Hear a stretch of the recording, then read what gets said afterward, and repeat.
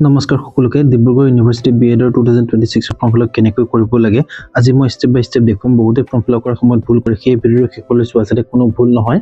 ফাৰ্ষ্টতে আপোনালোকে অফিচিয়েল ৱেবছাইটলৈ আহিব যাৰ লিংক মই ডেছক্ৰিপশ্যনত দি দিম আপোনালোকে ইয়াত আহি এপ্লাই কৰিব লাগিব আপোনালোকে তলৰ স্ক্ৰল কৰি চাব তলৰ এটা লিংক পাব B.Ed CTET বুলি আছে এইটো লিংকটো হয় পৰ্টেল হয় সিম্পল আপোনালোকে তাত এটা ক্লিক কৰি দিব তাত ক্লিক কৰাৰ পিছত নতুন ইন্টাৰফেস আহিব য'ত নেকি আপোনালোকৰ নিউ ৰেজিষ্ট্ৰেচন থাকিব আৰু নিউ এপ্লিকেন্ট থাকিব আপোনালোকে নিউ ৰেজিষ্ট্ৰেচন ক্লিক কৰিব যদি আপোনালোকৰ অলৰেডি একাউণ্ট বনোৱা ক্ৰিয়েট কৰা হৈছে তেন্তে আপোনালোকে লগইন ক্লিক কৰি কিনে একাউণ্ট ডিটেইলছখিনি দিব সো মই নতুনকৈ লগইন কৰিম তেখনে মই ৰেজিষ্টাৰ্ট ক্লিক কৰিম ৰেজিষ্টাৰ্ট ক্লিক কৰাৰ পিছত আপোনালোকৰ এনেকুৱা এটা ইন্টাৰফেস আহিব য'ত নেকি আপোনালোকৰ সকলোবিলাক থাকিব ইয়াত আপোনালোকে simply নিজৰ নাম আৰু ফোন নম্বৰ তাৰপিছত পাছপোৰ্ট আৰু কনফাৰ্ম পাছপোৰ্ট দি কিনে ক্ৰিয়েট কৰি ৰেজিষ্টাৰ কৰিব লাগিব আপোনালোকে স্ক্ৰিনত দেখি যে মোৰ নাম আৰু ফোন নম্বৰ দুইটা দিয়া হ'ল তাৰপিছত পাছপোৰ্টতে ক্ৰিয়েট কৰিলো নিজৰ হিচাপত এটা পাছপোৰ্ট ক্ৰিয়েট কৰি ৰাখিব তাৰপিছত আপোনালোকে simply ৰেজিষ্টাৰ্ট ক্লিক কৰি দিব ৰেজিষ্টাৰ ক্লিক কৰাৰ পিছত আপোনাৰ ৰেজিষ্টাৰ কমপ্লিট হৈ যাব কিন্তু তাৰ আগতে এটা OTP যাব আপোনালোকৰ মোবাইলত সো আপোনালোকে OTP টো বহাই সাবমিট কৰিব লাগিব আপোনালোকৰ OTP টো টেক্সট মেছেজত যাব সো আপোনালোকে তাৰ পৰা আনি কিনে OTP ৰে বহাই কিনে সাবমিটত ক্লিক কৰি দিব সাবমিটত ক্লিক কৰাৰ পিছত আপোনালোকৰ নতুনকৈ ইন্টাৰফেস আহিব য'ত এডমিশন পেনেলটো খোলা যাব তাত নেকি আপোনালোকৰ সকলোবিলাক ডিটেইলছ থাকিব আৰু আপোনালোকৰ এডেড ইমেইল এড্ৰেছ বুলি আছে সো আপোনালোকে নিজৰ হিচাপত নিজৰ যেটো ইমেইল এড্ৰেছ আছে সেইটো ইমেইল এড্ৰেছটো ইয়াত দি দিব ইমেইল এড্ৰেছটো বহাৰ পিছত সিম্পল আপুনি সেন্ড OTP ক্লিক কৰি দিব সেন্ড OTP ক্লিক কৰাৰ পিছত আপোনাৰ ইমেইল এড্ৰেছত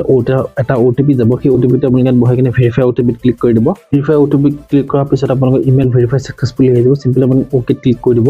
ওকে ক্লিক কৰাৰ পিছত আপোনালোকে এনেকৈ হৈ যাব য'ত আপোনাৰ ডেশবোৰ্ড এডমিশন আছে এন্ট্ৰেন্স ৰিজাল্ট সকলোবিলাক ডিটেইলছ থাকিব সিম্পল আপুনি ক্লিক ইউৰ ভিউ নটিফিকেশন এডমিশন 2020 চাব বিচাৰিলে চাব পাৰিব যদি আপুনি চাব নোখোজে তেন্তে আপুনি সিম্পলি নেক্সট ষ্টেপত ক্লিক কৰি দিব নেক্সট ষ্টেপত ক্লিক কৰাৰ পিছত আপোনালোকে এভেইলেবল ফৰ্মছ বিলাক থাকিব B.Tech লিটাৰেট এনেকৈ সকলোবিলাক থাকিব যোনজনে আপোনালোকে পঢ়িব যেনেকৈ M.Tech এবিলাকৰ এডমিশন চলি আছে সো মই আপোনালোকক খালি সিম্পলি B.Ed CTET ৰ কাৰণে এপ্লাই কৰিম সিম্পলি এপ্লাইত ক্লিক কৰি দিব এপ্লাই ক্লিক কৰাৰ পিছত আমাৰ বেসিক ইনফৰমেশন খিনি আহি যাব সো আপোনালোকে নিজৰ বেসিক ইনফৰমেশন খিনি দেখিছে ফাৰ্ষ্টতে আপোনালোকৰ নিজৰ নাম থাকিব তাৰপিছত আপোনালোকৰ ডেট অফ বাৰ্থ দিব যদি মেডিকেল সাৰ্টিফিকেট থাকে তাৰপিছত ইমেইল এড্ৰেছ অটোমেটিক আহি যাব ফোন নম্বৰ দিব তাৰপিছত জেন্ডাৰ সিলেক্ট কৰিব তাৰপিছত আপোনালোকৰ নিজৰ ৰিলিজন সিলেক্ট কৰিব কাষ্ট সিলেক্ট কৰিব আপোনালোকৰ কমিউনিটি সিলেক্ট কৰিব তাৰপিছত নেশ্যনেলিটি সিলেক্ট কৰিব তাৰপিছত আপোনালোকৰ পাৰ্মানেন্ট ৰেসিডেন্ট আসাম হয় যদি আপোনালোকে ইয়েস দিব যদি নহয় নো দিব তাৰপিছত আপোনালোকে ফটোগ্ৰাফ দিব সিগনেচাৰ দিব তাৰপিছত এক্সামিনেশ্যন চেণ্টাৰ সিলেক্ট কৰিব মই আপোনালোকক এখিনি কৰি দেখুৱাই আছো আপোনালোকে এক্সাম চেণ্টাৰ সিলেক্ট কৰিব পাৰিব সিলেক্ট ওৱান ক্লিক কৰাৰ পিছত আপোনালোকে ডিব্ৰুগড় তাৰপিছত যোৰহাট গোলাঘাট লখিমপুৰ ধেমাজি তিনিচুকীয়া আছে আপোনালোকে নিজৰ হিচাপত সিলেক্ট কৰিব মই ডিব্ৰুগড় আছে মই ডিব্ৰুগড় সিলেক্ট কৰিম তাৰপিছত আপোনাৰ ফটো আৰু সিগনেচাৰ আপলোড কৰি দিব মই আপোনালোকে ফটো আৰু সিগনেচাৰ আপলোড কৰিলো ফটো আৰু সিগনেচাৰ আপোনাৰ 300 KB তলত হ'ব লাগিব সিম্পলি তাৰপিছত আপুনি সেভ এণ্ড নেক্সট ক্লিক কৰি দিব সেভ এণ্ড নেক্সট ক্লিক কৰাৰ পিছত কম্পিউটাৰ লোডিং ল'ব সেভেন নেক্সট ক্লিক কৰাৰ পিছত আপোনাৰ বেসিক ইনফৰমেশন সেশন 2 লৈ আহি যাব য'ত নেকি আপোনালোকে নিজৰ দেউতাৰ নাম তাৰপিছত মাকৰ নাম তাৰপিছত গাৰ্ডিয়ানৰ নাম দিব লাগিব তাৰপিছত গাৰ্ডিয়ানৰ অকুপেন্ট গাৰ্ডিয়ানৰ এড্ৰেছ দিব লাগিব তাৰপিছত গাৰ্ডিয়ানৰ কন্টেক্ট নম্বৰ তাৰপিছত আৰু যদি আপুনি এমপ্লয় হয় তেন্তে এমপ্লয় দিব যদি আৰু ব্লাড গ্ৰুপটো কি হয় সেইখিনি দি কিনে আপুনি simply save and next click কৰি দিব আপোনালোকে স্ক্ৰিনত দেখিছে মই সকলোবিলাক ডিটেইলছ ফিল আপ কৰিলো simply save and next click কৰি দিম সেভ এণ্ড নেক্সট ক্লিক কৰাৰ পিছত অকমান টাইম লোডিং ল'ব লোডিং ল কমপ্লিট হোৱাৰ পিছত পাৰ্মানেন্ট এড্ৰেছ ষ্টেচন লৈ আহিব য'ত নেকি আপোনালোকে নিজৰ এড্ৰেছ দিব লাগিব যেনে ধৰক আপোনালোকৰ এড্ৰেছটো লিখিব লাগিব আৰু আপোনালোকৰ পিন কোডটো দিব লাগিব ষ্টেট দিব লাগিব আৰু ডিস্ট্ৰিক্ট দিব লাগিব আপোনালোকে এড্ৰেছটো নিজৰ ভিলেজ নেম তাৰ পিছত আপোনালোকৰ পোষ্ট অফিচ তাৰ পিছত আপোনালোকৰ PS আদি সকলোবিলাক দি ল'ব তাৰ পিছত আপোনালোকে পিন কোড আৰু ষ্টেট বিলাক দিব আপোনালোকে স্ক্ৰিনত দেখিছে মই সকলোবিলাক ডিটেইলছ ফিল আপ কৰিলো যেনে পাৰ্মানেন্ট এড্ৰেছ ষ্টেচনত আছিলে দেন মই সিম্পলি 7 নেক্সটত ক্লিক কৰি দিম 7 নেক্সটত ক্লিক কৰাৰ পিছত আপোনাৰ প্ৰেজেন্ট এড্ৰেছটো আহিব য'ত নেকি আপোনালোকে সেম এজ পাৰ্মানেন্ট এড্ৰেছত ক্লিক কৰিব যদি আপোনালোকৰ পাৰ্মানেন্ট এড্ৰেছ আৰু প্ৰেজেন্ট এড্ৰেছ সেম হয় যদি নহয় তেন্তে আপোনালোকে যেনেকৈ পাৰ্মানেন্ট এড্ৰেছটো ফিল আপ কৰিছে তেনেকৈ আপোনালোকৰ কৰস্পন্ডেন্ট এড্ৰেছটো ফিল আপ কৰিছে তেনে পাৰ্মানেন্ট এড্ৰেছটো ফিল আপ কৰি ল'ব তাৰপিছত সিম্পলি 7 নেক্সটত ক্লিক কৰি দিব 7 নেক্সটত ক্লিক কৰাৰ পিছত একাডেমিক ডিটেইলছ খিনি আহি গ'ল য'ত নেকি আপোনালোকে কি পঢ়িছিলে আপোনাৰ মেট্ৰিক আৰু ক্লাছ 12 তাৰপিছত আপোনাৰ গ্ৰেজুৱেশ্যনৰ গোটেইখিনি দিব লাগিব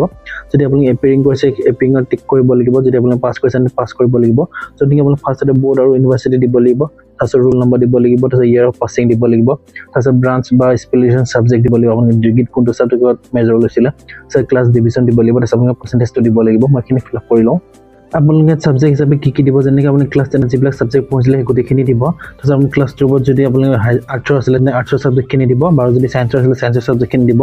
আৰু গ্ৰেজুৱেট আপুনি যোনখন ইউনিভাৰ্চিটিৰ পৰা কৰিছে সেই ইউনিভাৰ্চিটিৰ নাম দিব তাৰপিছত ৰোল নম্বৰ দিব তাৰপিছত পাছিং ইয়াৰটো লিখিব আৰু কি সাবজেক্ট লৈছিলে সেইটো দিব মই PCM লৈছিলোঁ কাৰণে PCM দিছোঁ তাৰপিছত নেক্সট আপোনালোকে সিম্পলি সেভ এণ্ড নেক্সটত ক্লিক কৰি দিব সেভ এণ্ড নেক্সটত ক্লিক কৰিছে সেভ হৈ যাব তাৰপিছত আদাৰ ৰিজাৰ্ভেশ্যন থাকি গ'ল যদি ডাটা সেভ সাকসেসফুলি আহি যাব তাৰপিছত আপোনালোকক সুধিছে do you belong to following the category যেতিয়া আপোনালোক কোনোবা এটা কেটেগৰী ফিল আপ মানে বিলং হয় যেনে ধৰক আপোনালোক PWD আৰু EWDS হয় তেন্তে ক্লিক কৰিব যদি নহয় আপোনালোকে simply submit and repeat click কৰিব সাবমিটৰ ৰিভিউ ক্লিক কৰাৰ পিছত আপোনালোকে এনেকুৱা এটা ইন্টাৰফেস আহিব য'ত নেকি আপোনালোকে গোটেইখিনি চেক কৰিব পাৰিব কি আপোনালোকে কি ফিল আপ কৰিলে তাৰ পিছত আপোনালোকে চিম্পলি তললৈ নেক্সট কৰি যাব আৰু চাই ল'ব যদি কিবা ভুল থাকে আপোনালোকে শুদ্ধ কৰি ল'ব তাৰপিছত আপোনালোকে সাবমিট পে দা এপ্লিকেশ্যন ফিজ বুলি আহি যাব চিম্পলি আপোনালোকে তাত ক্লিক কৰি দিব তাত পেমেন্ট অপচন আপোনালোকৰ UPI আছে আৰু আপোনাৰ নেট বেংকিং আছে চিম্পলি আপোনালোকে UPI ক্লিক কৰি দিব UPI ক্লিক অপচন শো QR কোড ক্লিক কৰিব শো QR কোড আপোনাৰ QR কোডটো আহিব 5 মিনিটৰ কাৰণে আপোনালোকে স্ক্যান কৰি পেমেন্ট কৰিব পাৰিব